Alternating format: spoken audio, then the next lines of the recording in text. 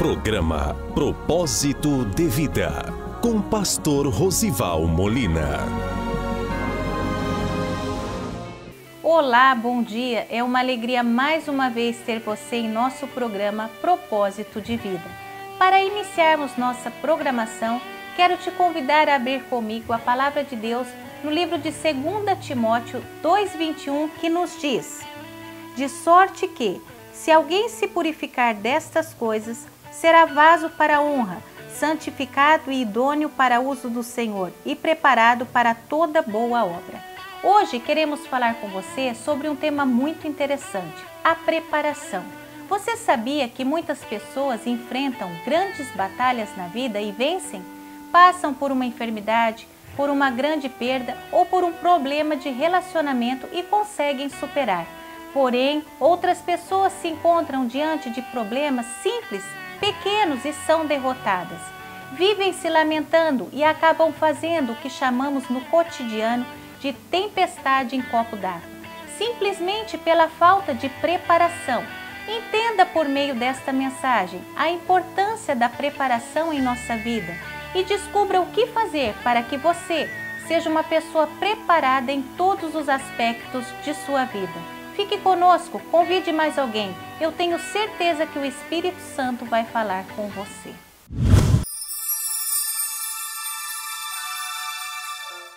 Então o rei ordenou que trouxessem a Daniel e o lançaram na cova dos leões. E falando o rei disse a Daniel: o teu Deus, a quem tu continuamente serves, ele te livrará. E foi trazida uma pedra e foi posta sobre a boca da cova. E o rei a selou com o seu anel real e com o anel dos seus grandes, para que não se mudasse a sentença acerca de Daniel. Então o rei dirigiu-se para o seu palácio e passou a noite em jejum, e não deixou trazer à sua presença instrumentos de música, e fugiu dele o sono. E pela manhã cedo se levantou e foi com pressa à cova dos leões. E chegando-se à cova, chamou por Daniel com voz triste, e falando o rei disse a Daniel: Daniel, servo do Deus vivo, dar-se-ia o caso que o teu Deus, a quem tu continuamente serves, tenha podido livrar-te dos leões? Então Daniel falou ao rei: ó rei, vive para sempre. O meu Deus enviou o seu anjo e fechou a boca dos leões, para que não me fizessem dano, porque foi achada em mim inocência diante dele.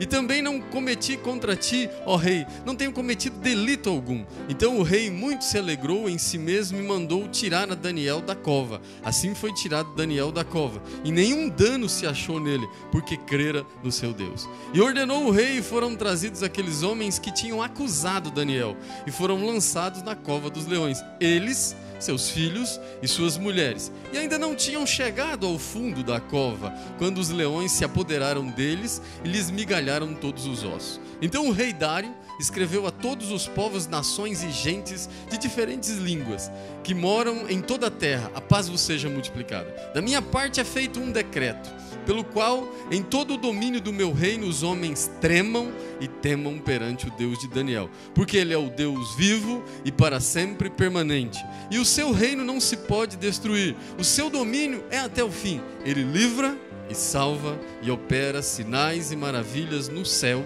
e na terra, e livrou a Daniel do poder dos leões. Este Daniel, pois, prosperou no reinado de Dário e no reinado de Ciro o persa. Amém?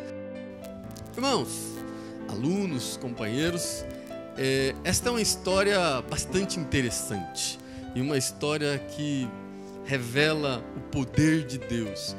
Vou aqui fazer um contexto para que você entenda a situação de Daniel naquela época. O povo de Deus tinha sido levado cativo para a Babilônia, né? E Daniel foi nessa comitiva no exército que levou o povo para a Babilônia. A Bíblia diz ainda que Daniel tinha um espírito excelente, ele era diferenciado. E havia ali um rei que comandava a Babilônia, de nome Dário, e ele dividiu a Babilônia em 120 províncias, mais ou menos assim, 120 municípios, né?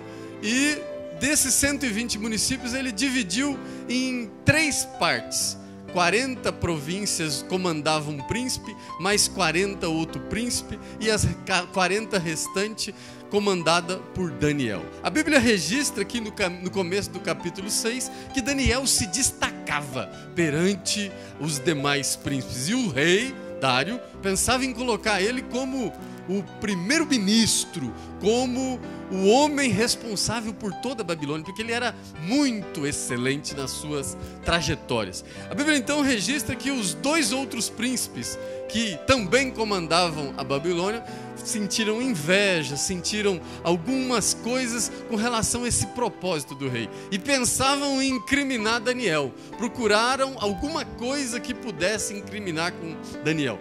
Procuraram mensalão, dizimão, procuraram alguma coisa, algum dinheiro desviado, alguma ilicitude de Daniel, e a Bíblia registra que não encontraram nada para incriminar Daniel. Então falaram, não tem outra maneira de incriminar este homem se não for na lei do Deus dele, porque ele é fiel ao seu Deus. Foram até o rei, convenceram ao rei a promulgar um decreto, onde durante 30 dias ninguém poderia adorar, ninguém poderia servir, clamar por petições a nenhum Deus que não fosse ao próprio rei Dário. E assim foi promulgado, selado, e naquela época não podia ser revogado. Uma vez promulgado um decreto com anel real, com anel dos grandes do rei, não poderia ser revogada aquela norma. Então, criaram um decreto. Consequência, viram Daniel orando. Ninguém poderia orar a não ser ao rei Dário. E Daniel era fiel ao seu Deus e orava 3 vezes ao dia, de manhã, à tarde e já no fim da tarde. Numa dessas ocasiões pegaram e apanharam Daniel orando. Denunciaram Daniel, consequência pela desobediência, cova dos leões. Aquele que desobedecesse, a consequência pela desobediência era cova dos leões. Daniel então foi lançado na cova dos leões. O rei gostava muito de Daniel, tentou mudar a sentença, fez de tudo, mas não conseguiu, né? Daniel foi lançado na cova dos leões. A Bíblia registra aqui, que nós acabamos de ler, que naquela noite Daniel passou a noite na cova dos leões, e o rei não comeu, não bebeu, não quis ouvir música, não teve sono, ficou em jejum e não teve sono. Na manhã seguinte, Daniel estava lá na cova, e o rei foi então àquela cova ver se Daniel por acaso tinha sobrevivido àquela sentença, aqueles leões ferozes. E a Bíblia registra aqui que o rei, com voz triste, chamou por Daniel. Daniel, o seu Deus tenha podido te livrar da cova dos leões? A Bíblia registra então que Daniel responde: não tenho cometido delito algum contra ti, ó rei, e o meu Deus, a quem eu vivo servindo, me livrou da cova dos leões. A Bíblia registra também que foi tirada a pedra daquela cova. Daniel saiu ileso. E foram lançados os acusadores de Daniel naquela mesma cova. A Bíblia registra que eles não tinham chegado nem na metade da cova. Eles, as suas mulheres e suas crianças. E todos os leões já tinham esmigalhado todos os seus ossos.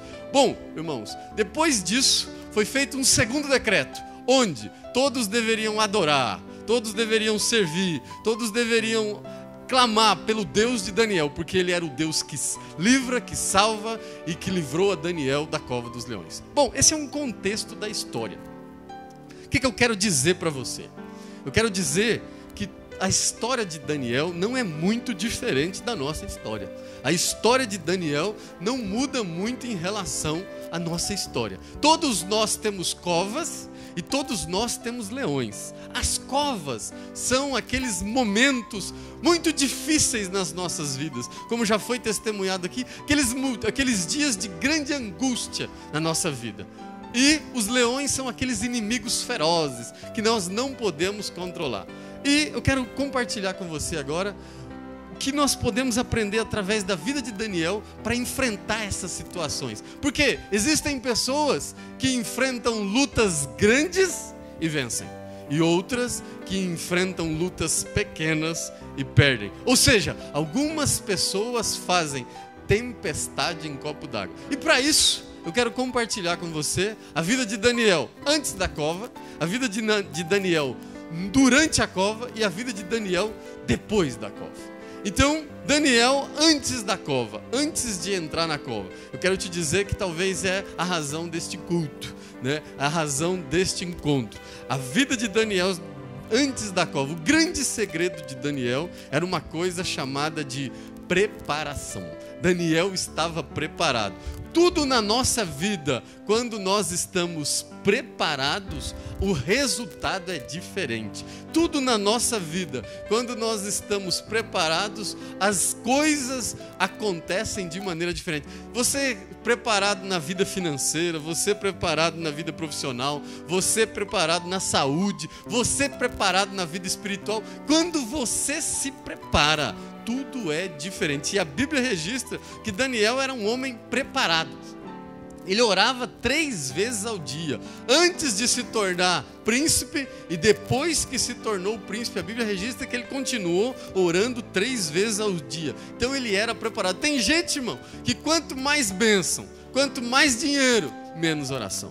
Quanto mais vitória, quanto mais conquista, menos oração. Eu quero te dizer que a sua vitória, o seu segredo vai se concentrar na forma como você se prepara. Porque tem gente que o desejo de ser feliz está sendo maior do que o desejo de ser santo. E tem que ser o contrário, o seu desejo de ser santo tem que ser maior do que o desejo de ser feliz. Porque a Bíblia diz, no livro de Isaías, capítulo de número 6, verso de número 13, que os serafins diziam: santo, santo, santo é o Senhor dos exércitos. Eles não diziam feliz, feliz. Jesus morreu naquela cruz para que você fosse santo.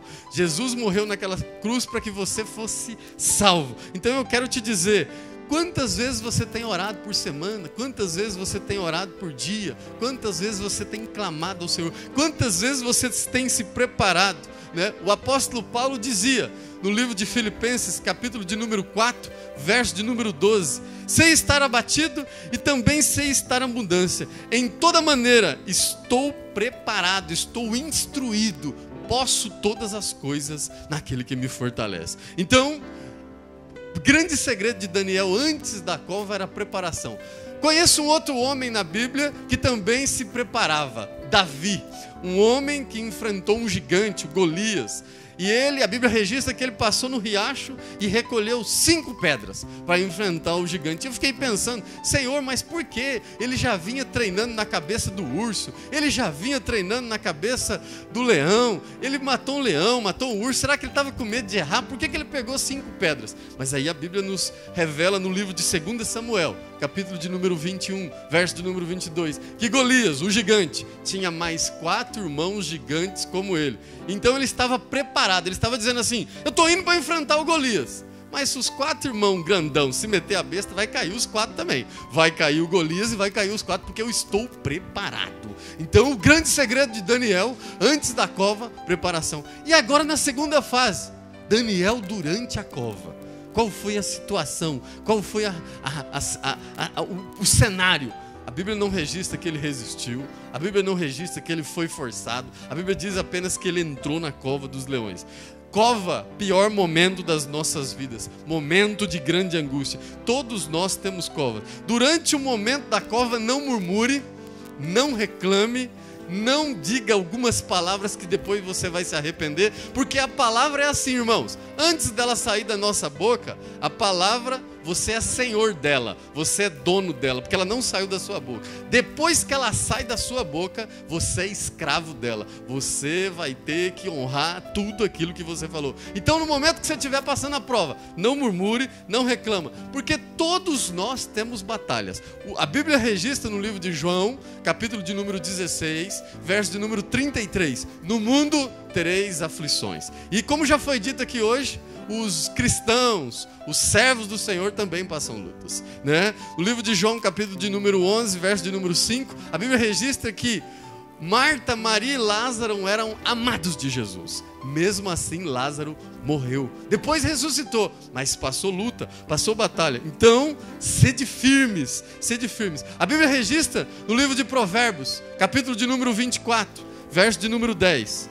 Se te apresentares frouxo no dia da angústia, a tua força será pequena. Então fica firme. O cristão é igual pipoca, irmãos. Às vezes a gordura precisa esquentar.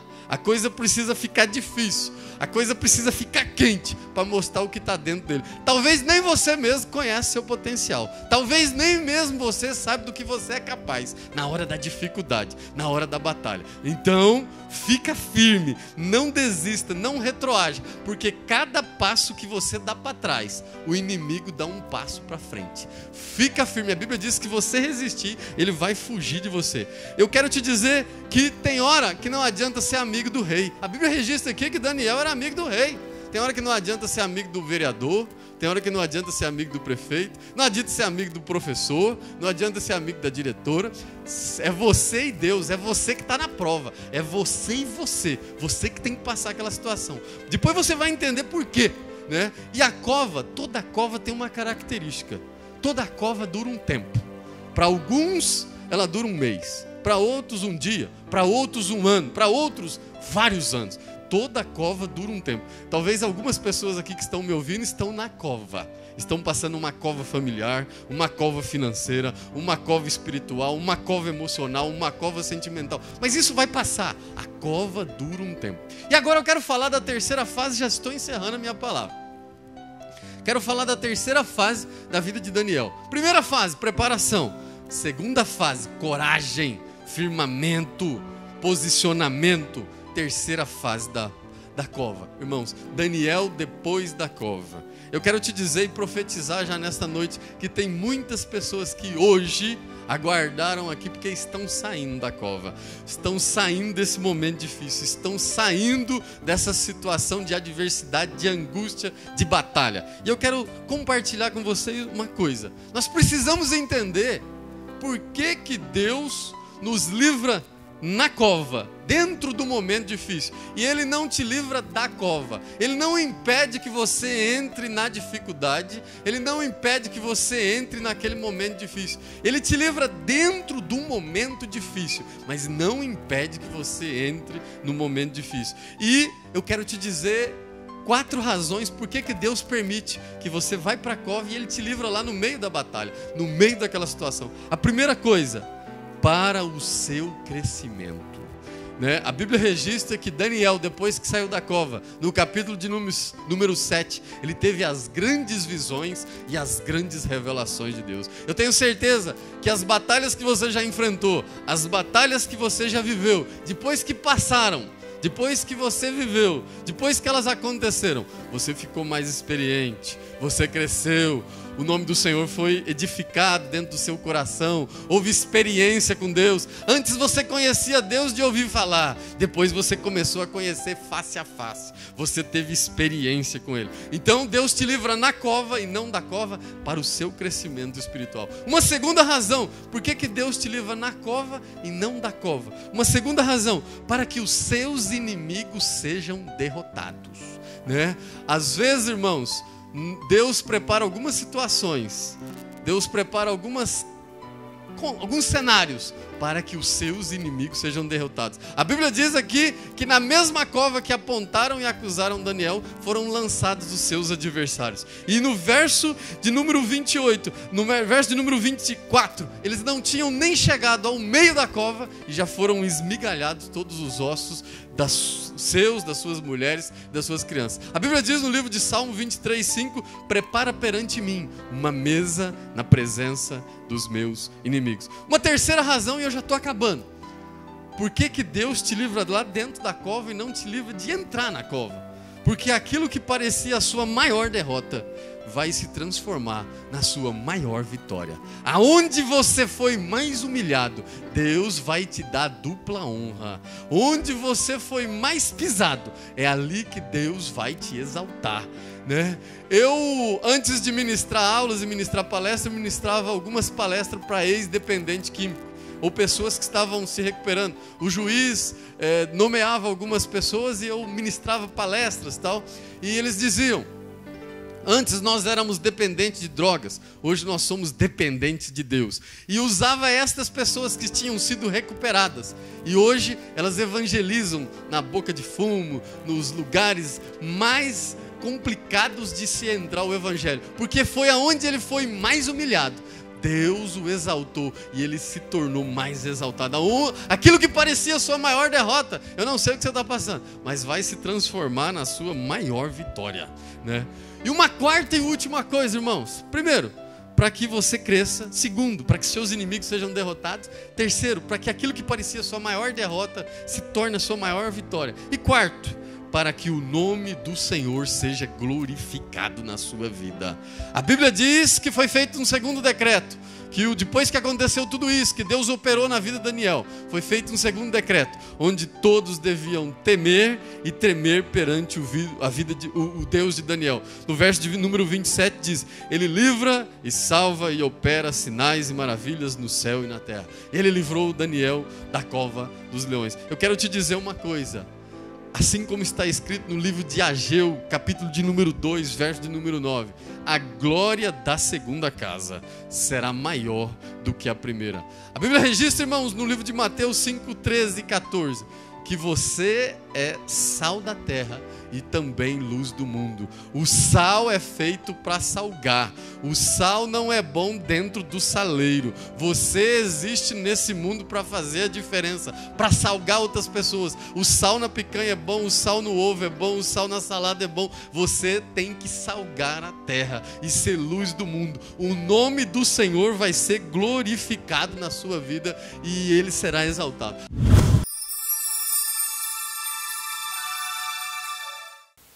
Eu creio que foi possível você entender que Deus não vai impedir o surgimento de algumas adversidades, mas se você estiver em comunhão e santidade, cada vez mais se preparando em todas estas coisas, você será mais do que vencedor. Continue sempre buscando e clamando ao Senhor, e desta forma você sempre estará preparado para enfrentar e vencer as lutas diárias que venham se apresentar diante de você. Vamos assistir agora a uma entrevista com o tema Meio Ambiente e Religião, com a educadora Paulina.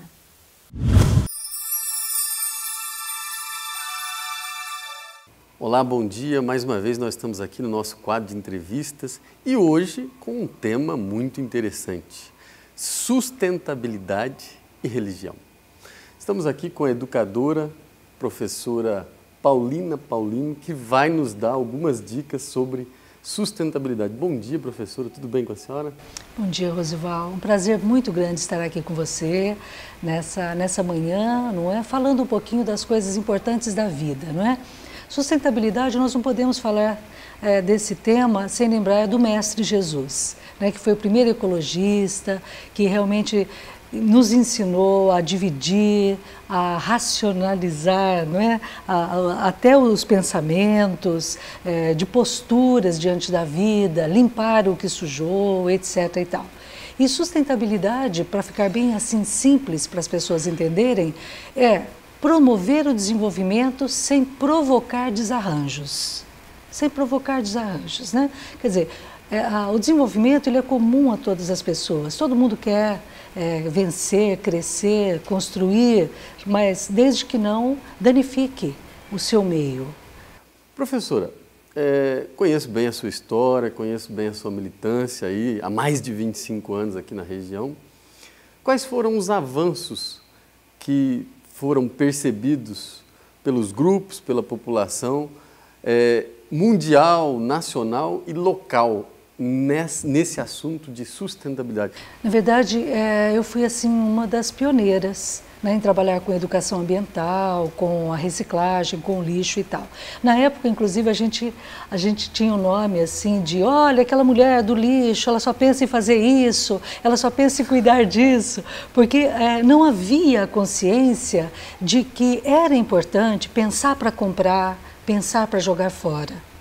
Não é? E nós entrávamos assim com um trabalho de conscientizar as pessoas para ter critérios para as coisas e também para gerar renda e emprego para as pessoas que viviam nas ruas sem mão de obra qualificada, sabendo que aqueles materiais que eram jogados, descartados em todos os lugares, poderia ser um produto para essa pessoa ter um ganho de vida assim, com dignidade. Não é? Então, esse trabalho todo a gente fez. A dificuldade foi imensa, imensa, porque ninguém estava assim disposto a sair da sua zona de conforto, a mudar os seus hábitos de vida. Mas a gente está muito feliz, porque os avanços foram muitos. Hoje nós temos uma legislação que ampara certos procedimentos. Hoje nós vemos assim o mundo já se delineando numa grande discussão. Os grandes poderes mundiais, eles já discutem o desenvolvimento fundamentados em leis ambientais. Porque a água, por exemplo, ela é a mesma desde que o mundo é mundo. É a mesma, é suficientemente capaz de atender a todas as necessidades da vida humana e da vida em geral. Porém, a gente não trata das nascentes. A gente quer construir um prédio que vai dar dinheiro, a gente mata a nascente, a gente corta a árvore e depois a gente não quer sofrer com os impactos que acontecem aí. Não é? Parar para pensar, parar para conversar e decidir o que é bom, não para Paulina, para o pastor Rosival ou para fulano, não, para todos, o que é bom para todos. Eu gostaria que, se possível, qual o recado que a senhora deixaria para esta nova geração, para os nossos jovens, para as pessoas que até então não tinham essa consciência ambiental? Qual as primeiras providências, os primeiros passos para que a gente tenha uma vida com sustentabilidade?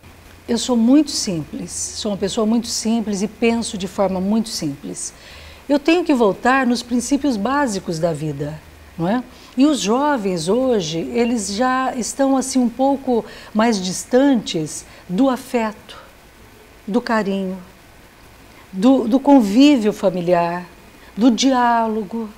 Não é? Então, se nós não resgatarmos esse momento em família para discutir o que é bom, o que não é bom para esta família, esses jovens não terão condição de se engajar numa grande luta pelo mundo, pela vida. Não é? Então, a mensagem é: vamos voltar para o particular, vamos voltar para o eu interior. Vamos discutir coisas muito simples e muito básicas, porque se a gente se fortalecer na base do amor, do bem comum, nós seremos grandes e não vamos causar impactos. Muito obrigado, professora. Uma grande contribuição. Fui percebendo aqui ao longo da entrevista que tudo se resume, tudo se concentra e nasce no seio familiar. Você cristão, você homem e mulher de Deus, comece essa conscientização de sustentabilidade na sua casa, na sua família. E até o próximo programa. Muito obrigado, professora, e até mais.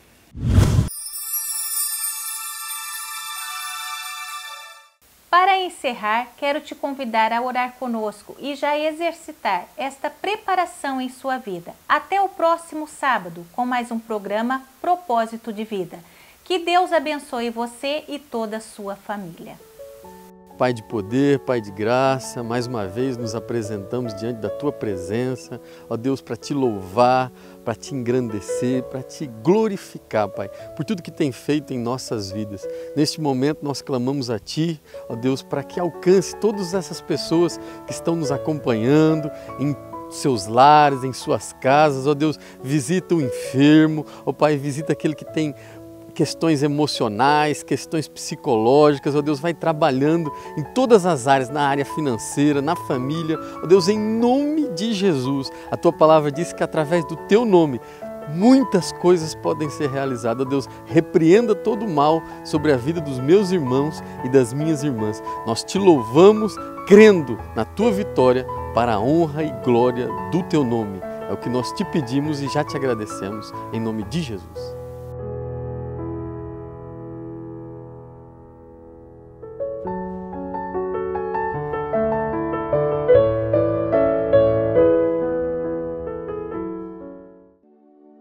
Associação Projeto Vida. Um projeto destinado às pessoas que precisam de ajuda para o tratamento e recuperação de dependentes químicos. Se você tem alguém da família ou amigos que necessitam de ajuda, entre em contato. Temos toda a estrutura física e clínica para melhor tratamento. Entre em contato. Estaremos prontos a atender. Fone 3909-1482. Associação Projeto Vida, em Álvares Machado.